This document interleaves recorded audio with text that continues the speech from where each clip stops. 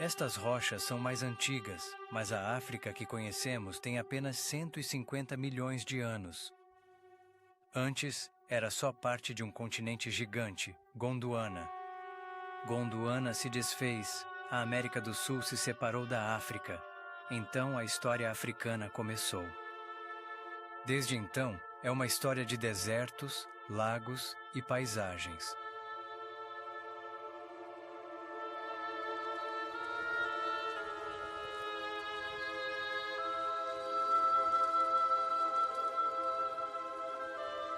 No noroeste da África, no Senegal, a poucas centenas de metros da costa, um cordão de dunas forma uma barreira entre o Oceano Atlântico e o pequeno lago Hetba.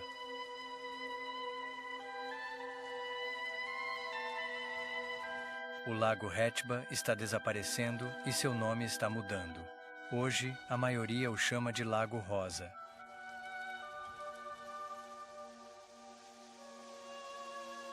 Já há alguns anos, no meio do dia, o lago vem assumindo cores surpreendentes.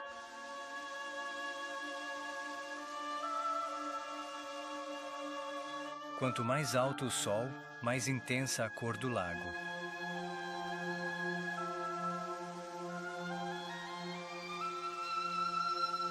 Na verdade, a água não é colorida. É uma ilusão do sol refletindo em micro-organismos. As algas e bactérias que causam a ilusão prosperam em água salgadíssima. O lago Hetba é uma antiga bolsa de água do mar isolada do oceano. A chuva é a única fonte de água doce e insuficiente para diluir o sal em suspensão. A água está saturada, com 1 quilo de sal por litro, 10 vezes mais que a água do mar.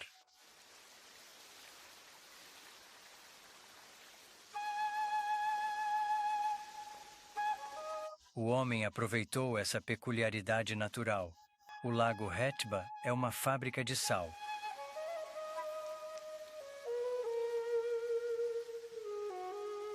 Os métodos e ferramentas são rudimentares. O que há de mais natural?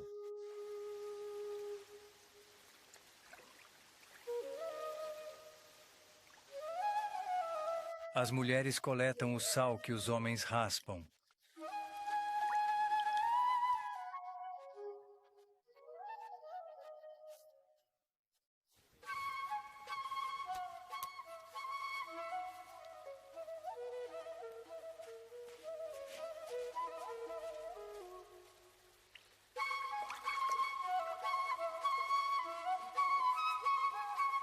Ao fim do dia, as pilhas crescem, mas cada um reconhece sua colheita.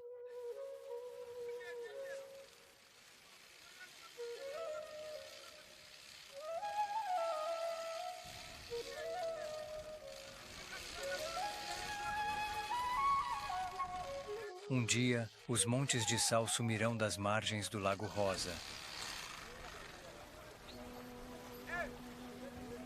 A água no meio do lago tem só 1,5 metros, com uma crosta de sal igualmente espessa. Ninguém sabe quando o suprimento acabará.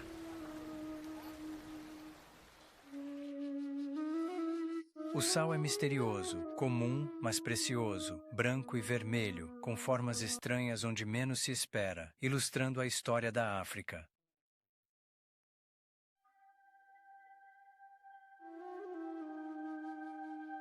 Na língua má dos Maasai, sal é Magadi.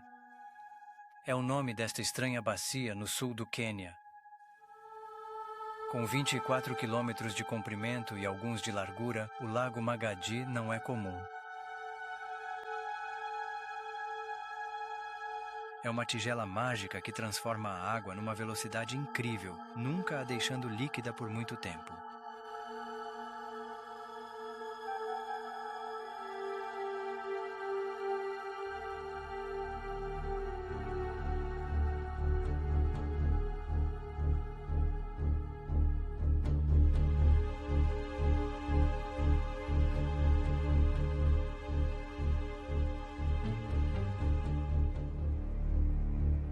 A região é uma das mais quentes do Quênia. O lago teria secado há muito tempo se dependesse apenas da água da chuva, mas a água que evapora é reposta por um tipo muito especial.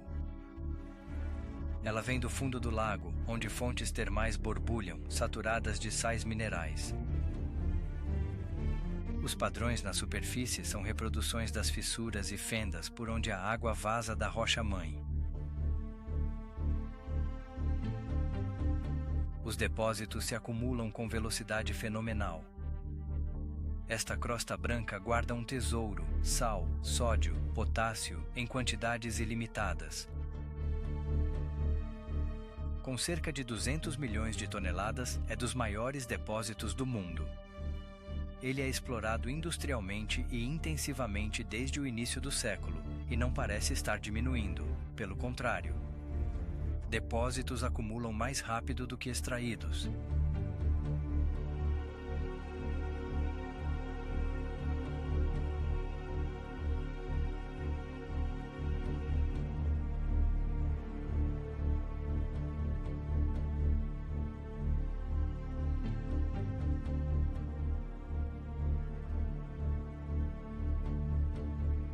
Em 1962, a água do lago tinha uma sinistra cor pálida. Sua superfície flutuavam corpos de milhares de aves mortas. A forte chuva na região impediu os flamingos de nidificar em seu local no lago Natron, Tanzânia. Ao nidificar em Magadi, selaram o destino dos filhotes. Mal os filhotes eclodiram, ficaram rapidamente presos na água extremamente viscosa e não conseguiram se libertar dos depósitos pegajosos de sódio. Os flamingos voltam a Magadi, mas nunca nidificam lá. Lagos salgados os atraem irresistivelmente, prosperam com as algas dali. Esta parte da África é sua região favorita. Há lagos salgados em 250 milhas de terra, de norte a sul, para alimentar centenas de milhares de flamingos.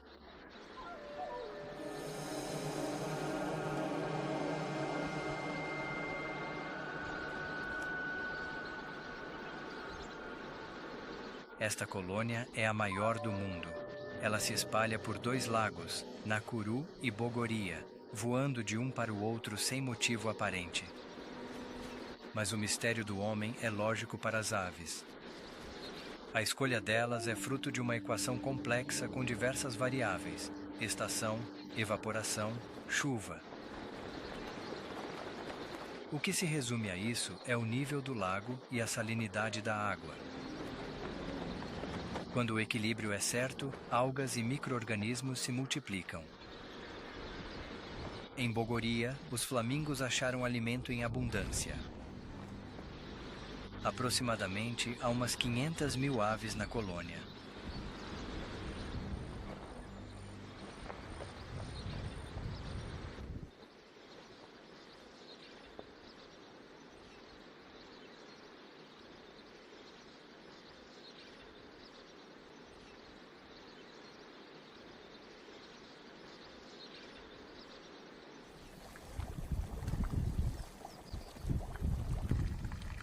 O lago Bogoria, assim como o lago Magadi, é salgado, raso e repleto de fontes termais.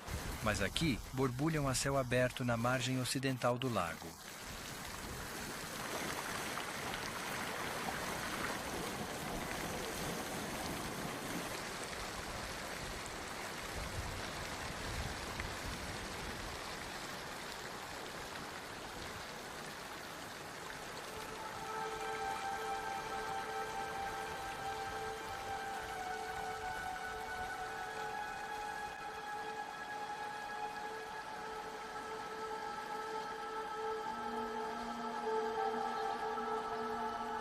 Descoberto em 1885 por James Hannington, um missionário a caminho de Uganda.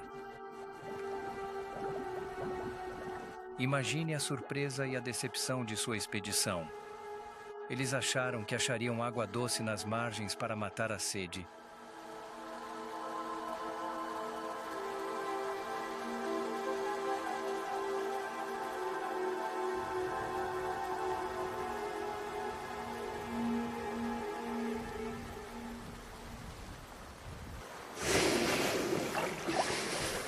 Alguns geysers jorram água modestamente. Parecem inofensivos, mas as aparências enganam. Ao redor dos geysers, o solo é muito fino, cedendo ao peso de turistas desatentos, que morrem cozidos. Com estas fontes termais, a Terra nos lembra que estamos sobre uma grande falha geológica, o Grande Vale do Rift. O Lago Bogoria se formou pela água aprisionada pelas falésias.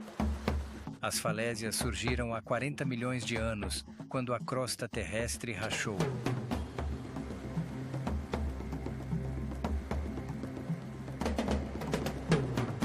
Um enorme buraco de quase 6.500 quilômetros de norte a sul surgiu no continente africano, do Mar Vermelho a Moçambique, causando colossal subsidência e uma sucessão de falhas e escarpas paralelas.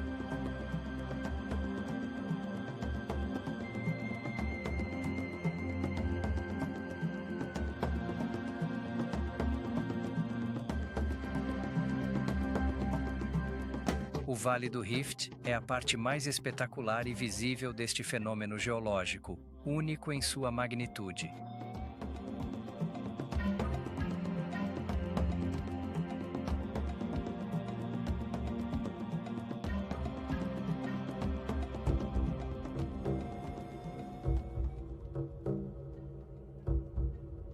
Os movimentos da crosta terrestre foram acompanhados por grande atividade vulcânica.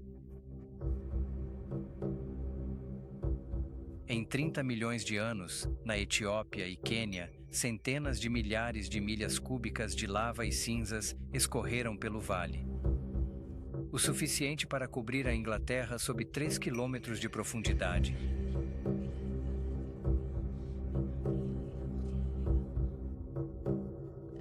A paisagem local foi moldada pela atividade vulcânica. Em alguns, a erosão marcou. Em outros, paisagens vulcânicas intocadas.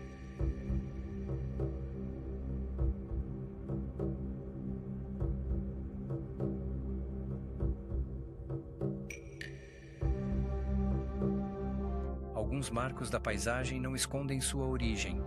O Monte Longonot, com 2.700 metros, é um vulcão modelo.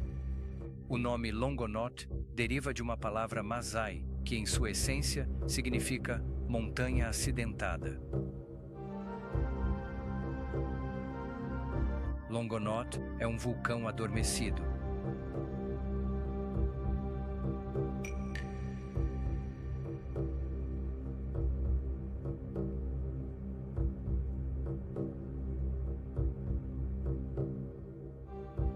Esta parte da África possui inúmeros cones vulcânicos de diferentes formas e tamanhos, em vários estágios de dormência. Há 250 assim nas encostas de um vulcão enorme, porém discreto.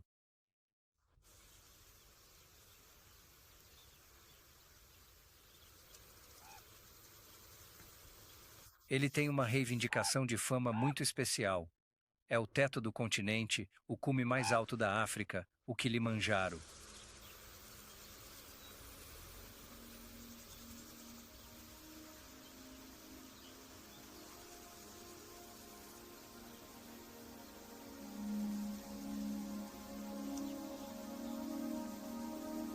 A montanha com neve é, na verdade, um majestoso e antigo vulcão com mais de 5.000 metros de altura.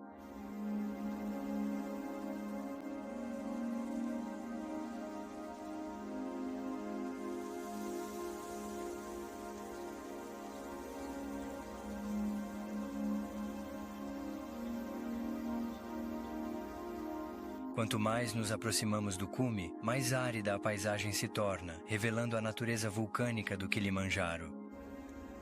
Até que suas encostas se tornam um deserto de lava.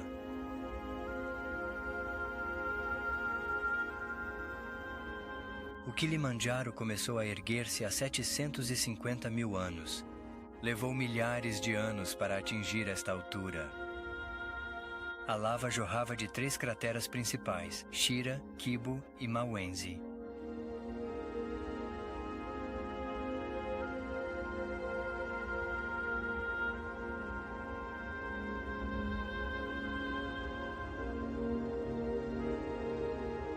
Malwenzi não parece mais um vulcão, mas essas rochas são restos erodidos da sua cratera.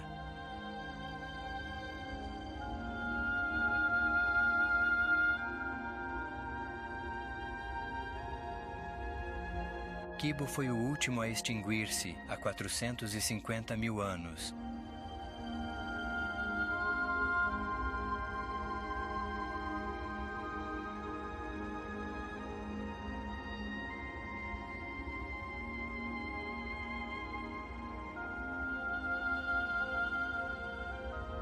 Sua cratera havia acumulado lava, atingindo uma altura de quase 6,5 km.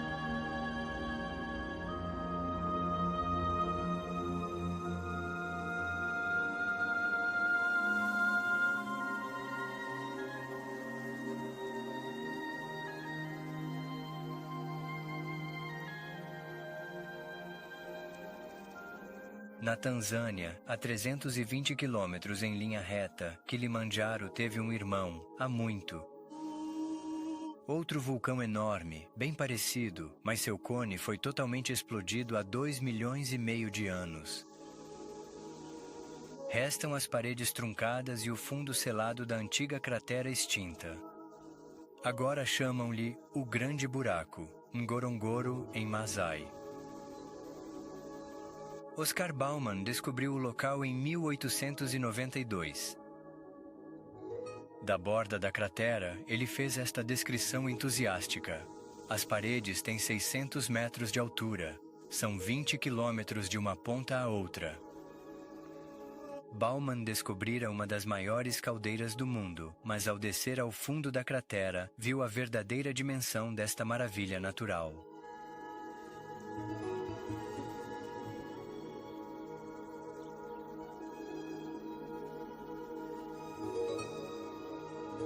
É uma arca de Noé, intacta, remanescente de uma era passada. Os animais são incrivelmente confiantes e há imensos. Quase todas as espécies estão representadas.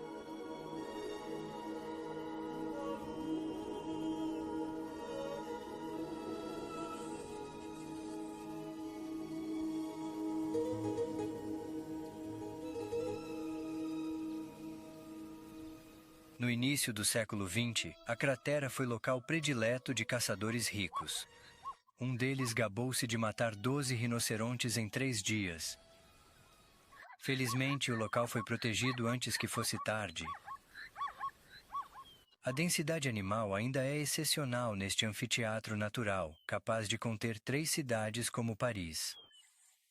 São 350 espécies de aves, milhares de herbívoros e centenas de predadores. Há mais de 150 mamíferos grandes por quilômetro quadrado.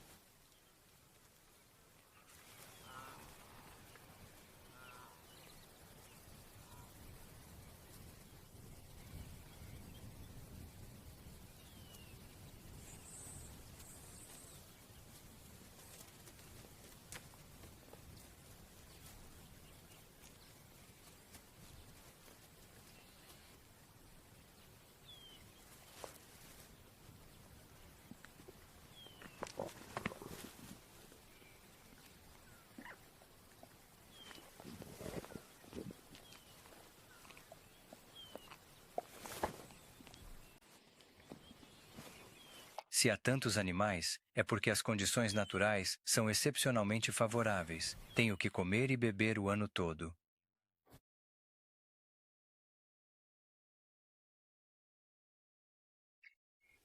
Nos últimos séculos, os animais dividiram os poços de água com os rebanhos Maasai. Eles nada temem dos pastores nômades, que só caçam por extrema necessidade. Quando medidas rigorosas de proteção foram impostas, os Maasai puderam levar seus rebanhos para a cratera para beber. É um dos únicos lugares onde há água, mesmo na estação seca.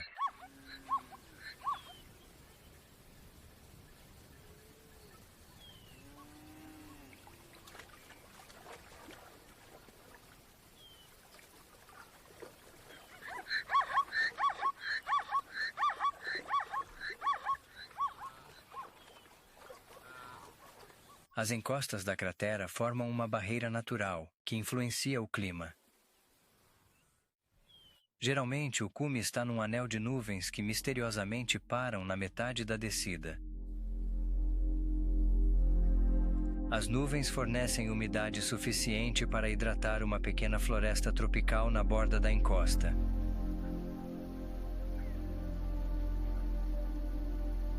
Essa floresta tem um papel fundamental em todo o ecossistema. É como uma grande esponja que absorve a água na estação chuvosa e a libera aos poucos conforme a estação seca avança.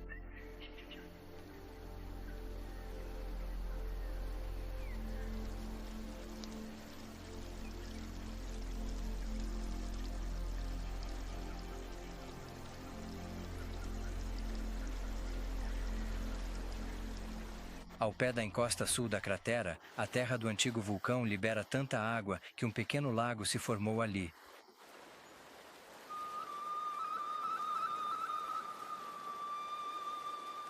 Numa área pequena, a cratera abriga surpreendente variedade de ambientes. Há algo para cada animal nesta réplica miniatura da África. É como um teatro, com cenários num único lugar, onde os dramas e comédias da vida acontecem todos os dias.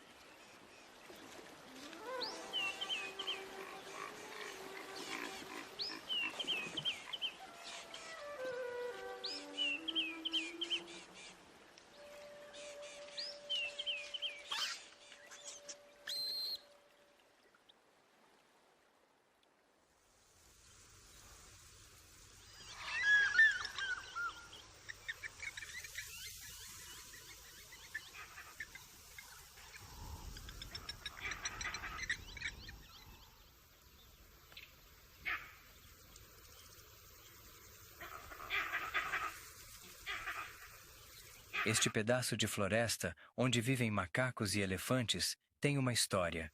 Duas famílias alemãs se instalaram aqui no início do século XX. Tentaram domar zebras e criar avestruzes. Também plantaram tabaco.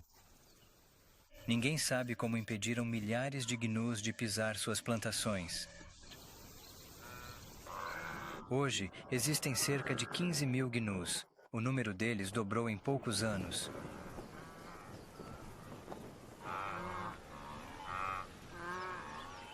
Os animais vêm e vão. Apesar das paredes íngremes que a cercam, a maioria dos animais consegue entrar e sair da cratera. Os leões não veem razão para ir para outro lugar e se contentam em ficar onde estão, expondo-se ao risco de endogamia e ao seu pior inimigo, a mosca. Nos anos 60, milhões de moscas os atacaram, picando-os até lhes esvaziar o sangue. 4 de 5 leões sucumbiram aos pequenos assassinos.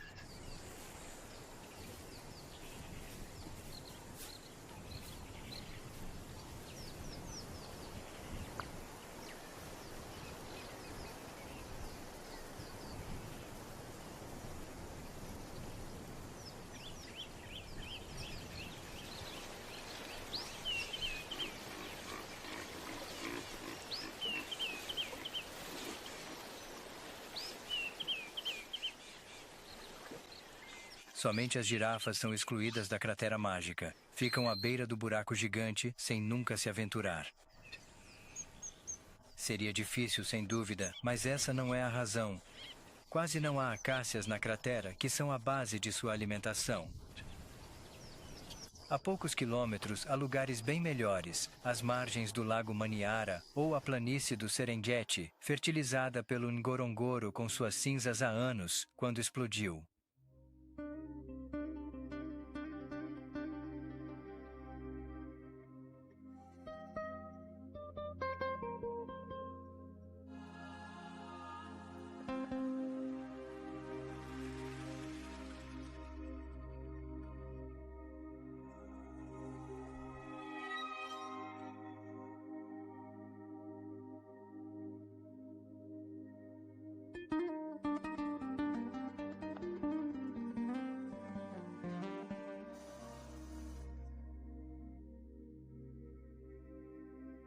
Hoje, tudo está em paz aqui, mas a separação continental continua. O fenômeno é mais espetacular mais ao norte, na Grande Depressão de Afar. A depressão de Afar é uma vasta bacia no nordeste etíope, entre Eritreia e Somália. Aqui estamos na junção de 3 fraturas na crosta terrestre: o Grande Vale do Rift Africano, o Mar Vermelho e o Golfo de Aden.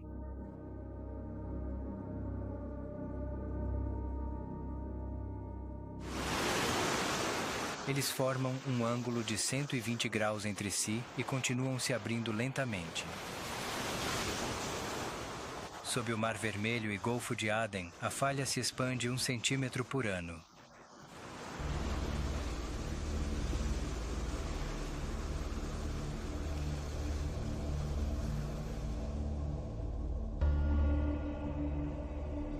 Nesta parte do mundo, a crosta terrestre está sob extraordinária pressão constante.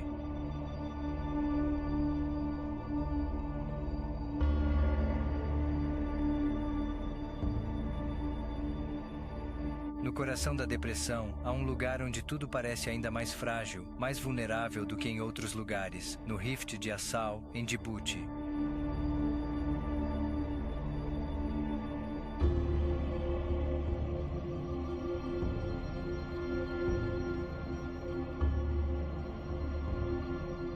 Aqui, a Terra treme todos os dias. A crosta terrestre é extremamente fina e frágil. Mesmo na superfície, ela não suporta as grandes agitações internas. Essas rachaduras são sinais de eventos perturbadores nas profundezas da Terra. São avisos do grande cataclismo que um dia atingirá o Rift de Assal.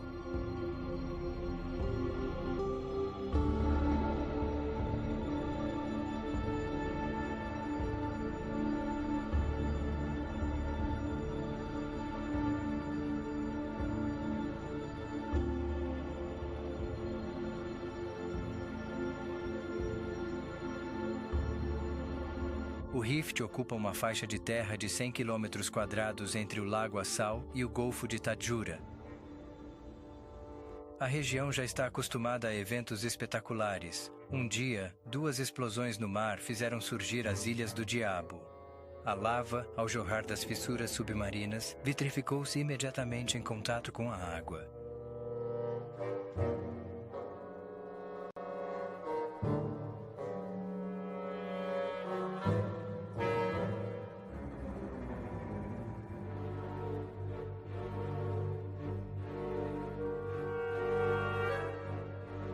Esta paisagem vulcânica é um livro aberto de vulcanologia.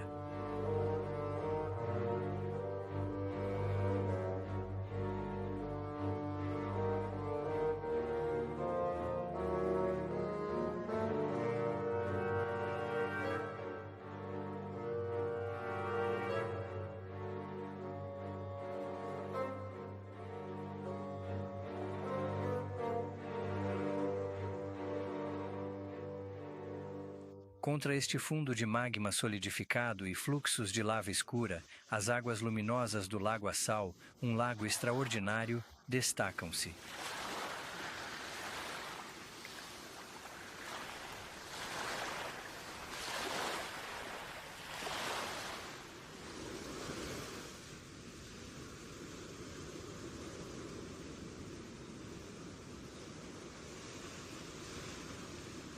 Há meros 6.000 anos, o Lago Assal cobria 450 milhas quadradas, 20 vezes a sua área atual.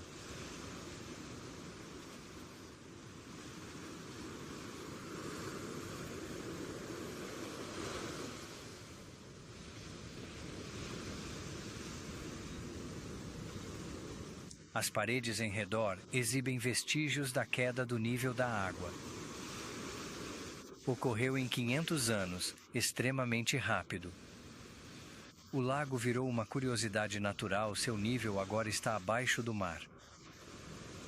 É o ponto mais baixo da África, em média, 152 metros abaixo do nível do mar.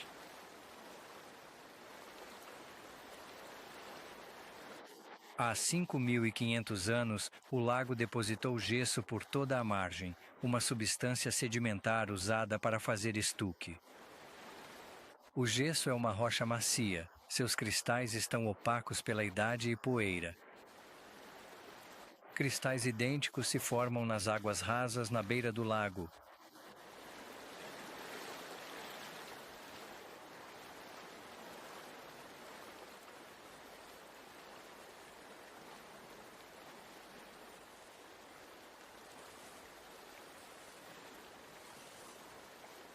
Os depósitos formam-se por supersaturação de sal de cálcio na água.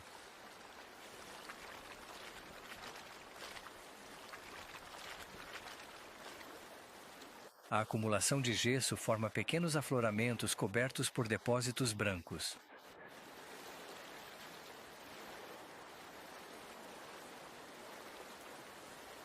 O Lago Assal é dos lugares mais quentes do mundo. A temperatura extremamente alta acelera a evaporação da água, que também é saturada com sal de sódio.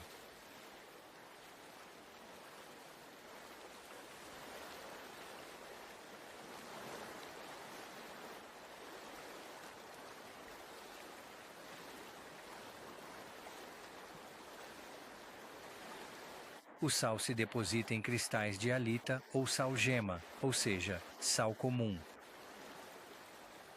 Os cristais são pequenos cubos brancos, mas no Djibouti são esferas perfeitas. No nordeste do lago há imenso sal, formando um verdadeiro fluxo. Em alguns locais, a camada de sal tem 60 metros.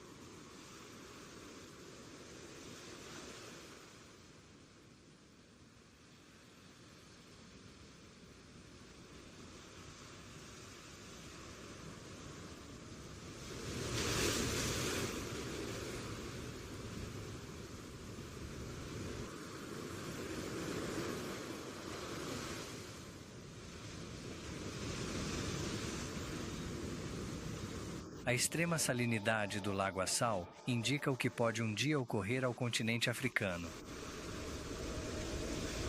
O sal vem diretamente do mar. O mar abastece o Lago Assal com água através de uma infinidade de pequenas fissuras na crosta terrestre.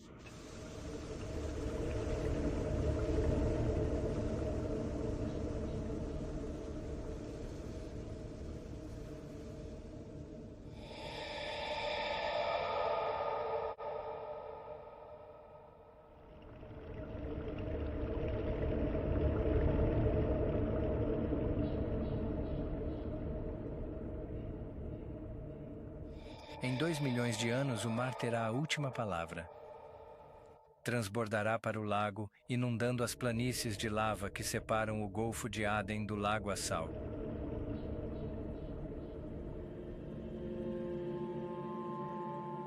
Muito mais tarde, a fenda se abrirá ainda mais, e um novo continente surgirá.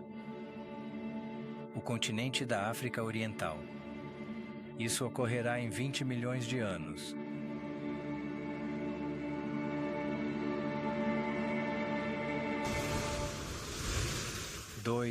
20 milhões de anos. Noções difíceis de compreender por humanos, mas há pistas dessa escala de tempo infernal por todo o continente, na ponta sul da África.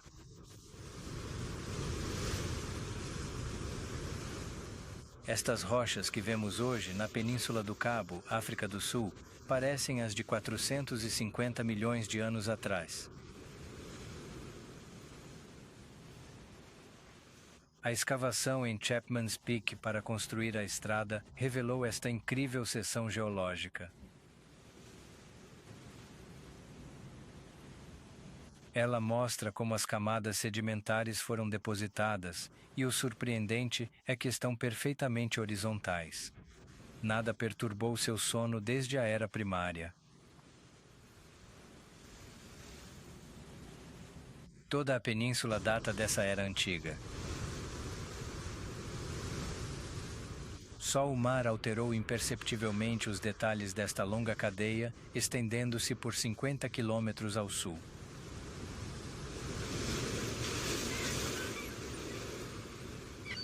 O fim da península é o Cabo da Ponta, muitas vezes, por engano, a ponta mais meridional da África, que na verdade fica na costa, no Cabo das Agulhas, mas para os marinheiros, o símbolo da passagem entre oceanos estava aqui, no Cabo da Boa Esperança.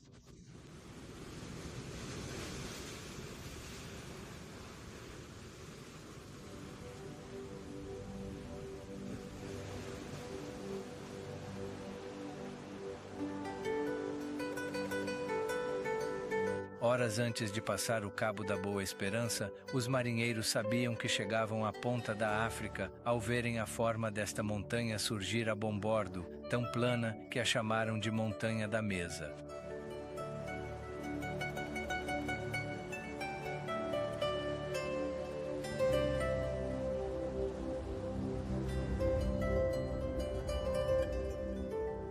A Montanha da Mesa é a face imponente da cadeia rochosa que corta a península. Seu cume foi varrido das rochas mais macias e frágeis nas eras glaciais da Era Quaternária. O resultado é este platô, a 1.200 metros acima do mar.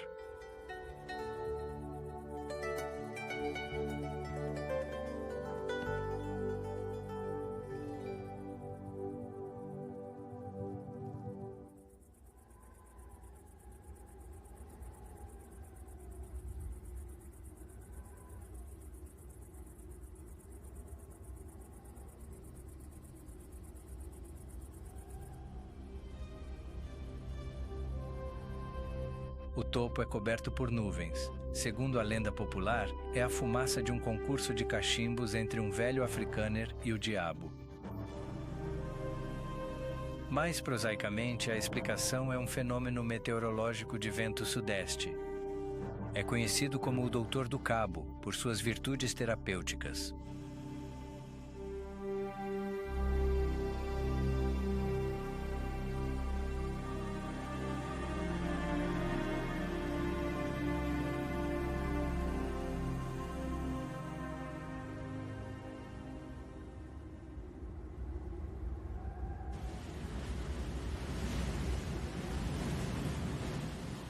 Tal vista, de fato, despertou a imaginação popular.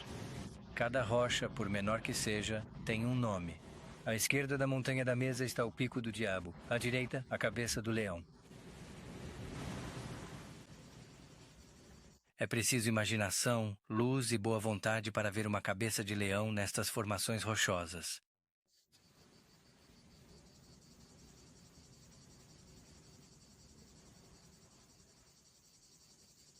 No lado oeste do penhasco, a imagem é mais clara.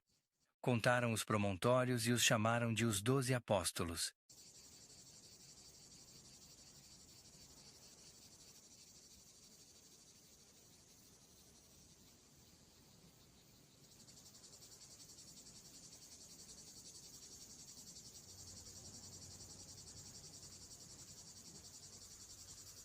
As encostas da Table Mountain são um jardim enorme, com mais flores que em qualquer outro lugar. Contaram-se 22.000 espécies de plantas na África do Sul, mas esta pequena área da Table Mountain tem 1.400 tipos de flores.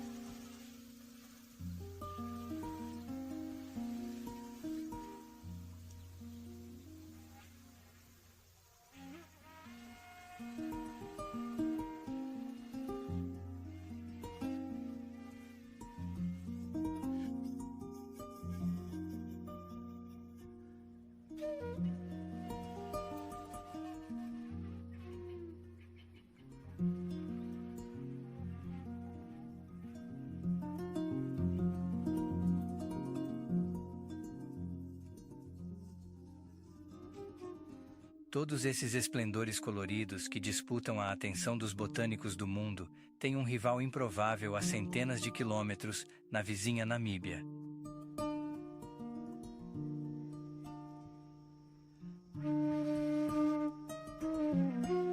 Esta é uma flor masculina, mas a fêmea não é mais graciosa.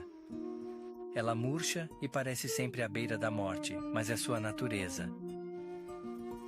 Os africâneres que a estudaram a chamaram de duas folhas que não morrem. E com certeza, este espécime tem 1.500 anos, uma das plantas mais antigas do mundo, mas algumas remontam ao início da era cristã. Um botânico austríaco se interessou por essa planta em 1859 e deu-lhe seu nome.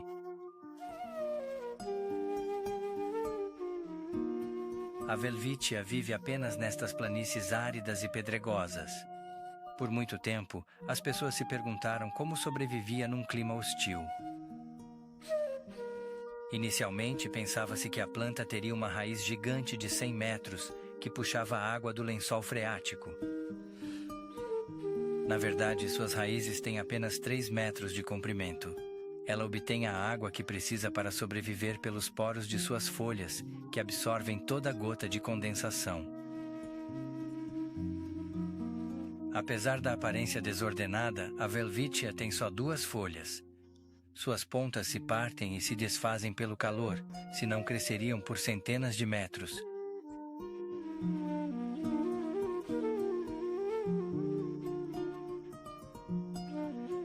Numa região de vegetação tão escassa, pode parecer surpreendente que as welwitchias não sejam logo devoradas por animais, mas elas têm uma defesa. Seu gosto é horrível. A welwitschia surpreende em tudo. Embora tenha traços de flores e musgos, na verdade pertence à família das coníferas.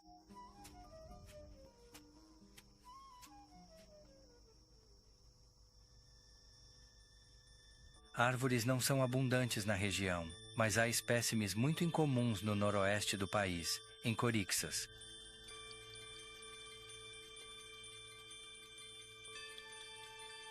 Elas jazem no chão, partidas ou semi-enterradas.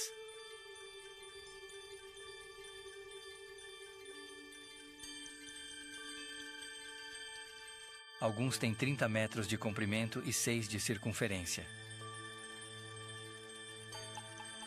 Apesar de seus 260 milhões de anos, a casca e a textura da madeira permanecem intactas. As árvores viraram pedra.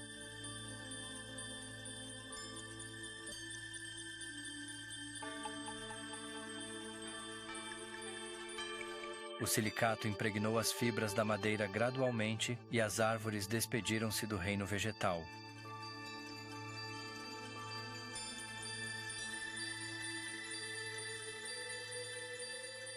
Estranhamente, galhos ou raízes não foram encontrados. Foi madeira à deriva, trazida pela enchente. Ou pelo mar, que cobriu esta parte de Damaralândia.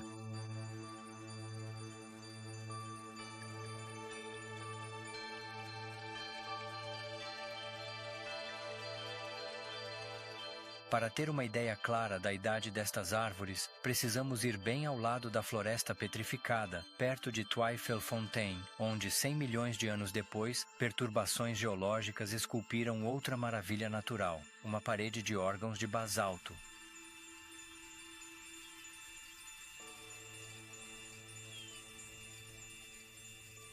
Órgãos de basalto é o nome que geólogos dão a estas colunas rochosas hexagonais.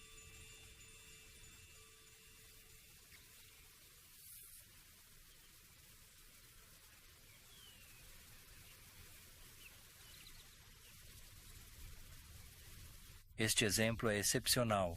Formas perfeitas e colunas de quase 5 metros compõem uma suntuosa escultura natural de 90 metros.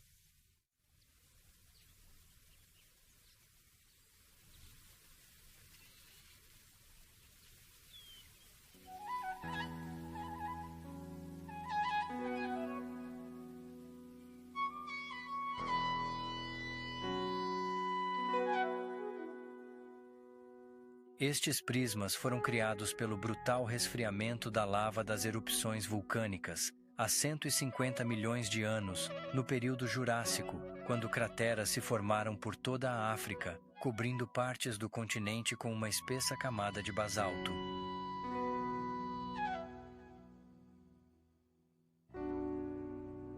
Afloramentos de basalto são vistos no Zimbábue, no rio Zambeze.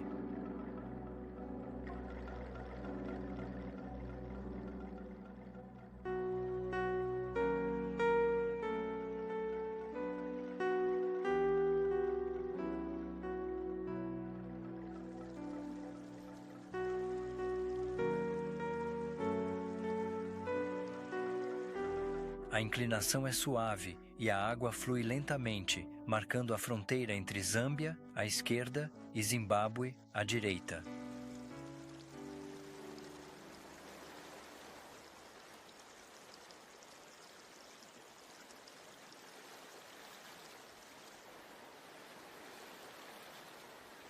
O rio erosiona lentamente a rocha aqui, sem saber que, a jusante, a planície de basalto se abre, fazendo-o despencar 90 metros para seu novo leito.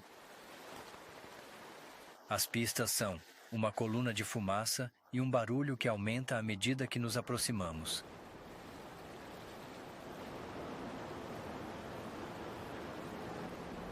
Então, o Zambezi mergulha subitamente, criando um dos espetáculos mais grandiosos do mundo, as Cataratas Vitória.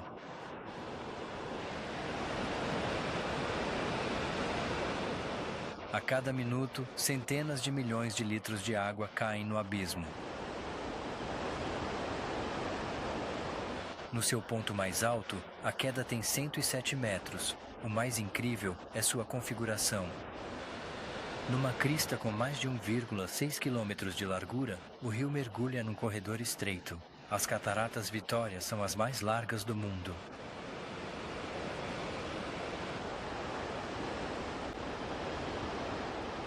O espetáculo é melhor observado do ar. O imenso rio, que serpenteia pela vasta planície de basalto, precipita-se abruptamente num desfiladeiro perpendicular ao seu percurso, formando uma cena de tirar o fôlego e revelando a poderosa força da natureza indomável. As tribos Makololo, rio acima, as chamavam de Mosi ou Atúnia, que significa a fumaça que sobe em seu dialeto. As gotículas das cataratas são levadas por uma corrente de ar até 500 metros de altura. Ao caírem, formam um chuvisco que umedece os arredores das cataratas o ano todo, gerando um microclima de vegetação luxuriante. Em poucas centenas de metros quadrados, uma floresta em miniatura, única nesta região árida, se desenvolveu.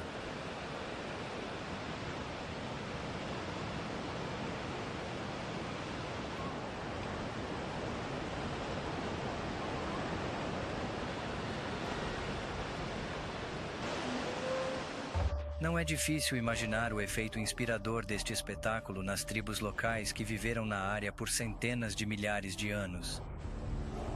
Esta visão da natureza indomável enchia-os de medo e respeito. No seu voo espetacular, o elemento líquido tornou-se um deus.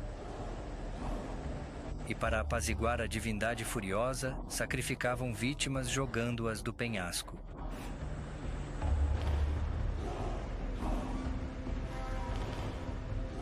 As quedas d'água foram chamadas Chongwe, Amanza Tonkayo, antes de ganharem o nome da rainha da Inglaterra. David Livingstone as descobriu em 1855, num dia de novembro assim. Era a estação seca e o rio estava quase no nível mais baixo.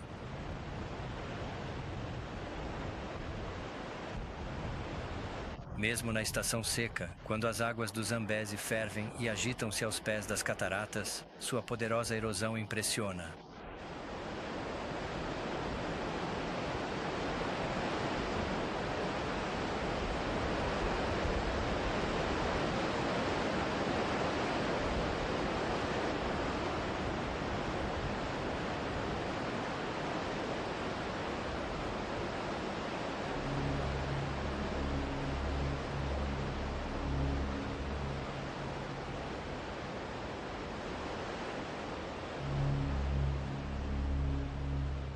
Como se tivesse pressa de chegar ao mar, o Zambezi precipita-se por estes desfiladeiros por muitos quilômetros, cavando o basalto, escavando as partes mais macias da rocha,